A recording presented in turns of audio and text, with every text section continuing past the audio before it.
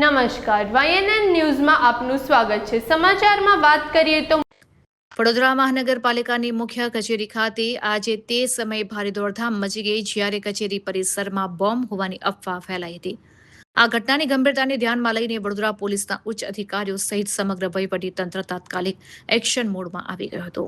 પોલીસના જણાવ્યા અનુસાર વડોદરા મહાનગરપાલિકાની કચેરીમાં બોમ્બ મૂકવામાં આવ્યો હોવાની માહિતી મળતા જ local crime branch, special operation group, સ્થાનિક પોલીસ સ્ટેશનનો સ્ટાફ અને બોમ્બ ડિટેક્શન એન્ડ ડિસ્પોઝલ સ્ક્વોડની ટીમો તાબડતોબ ઘટના સ્થળ પર દોડી આવી હતી।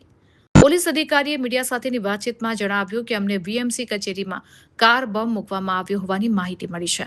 ધમકીના સંદેશામાં બોમ્બ બ્લાસ્ટ માટે સાંજે 6:30 સુધીનો સમયગાળો આપવામાં આવ્યો છે। આ ઘટનાને પગલે સુરક્ષાના ભાગરૂપે કચેરીના સમગ્ર વિસ્તારને ખાલી કરાવવાની કામગીરી શરૂ કરી દેવામાં આવી છે। વીએમસીની સિક્યુરિટી અને ઇન્ચાર્જ કર્મચારીઓની મદદથી કચેરીના તમામ પ્રવેશ દ્વારો અને ખાસ કરીને પાર્કિંગ એરિયામાં રહેલી તમામ કારનું સઘન ચેકિંગ હાથ ધરવામાં આવ્યું છે। હાલમાં BDDS અને અન્ય તપાસ સંસ્થાઓ દ્વારા સમગ્ર કચેરી પરિસરને સુરક્ષિત અને સેનેટાઇઝ કરવાની પ્રક્રિયા ચાલી રહી છે। પોલીસે નાગરિકોને ગભરાવાને બદલે શાંતિ જાળવવા અપીલ કરી છે।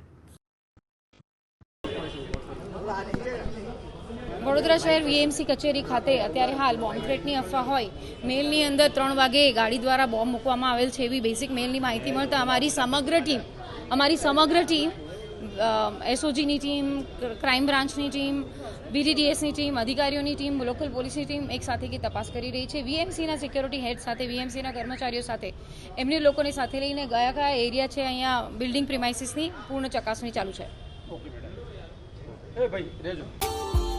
Subscribe now and press the bell icon. Never miss an update.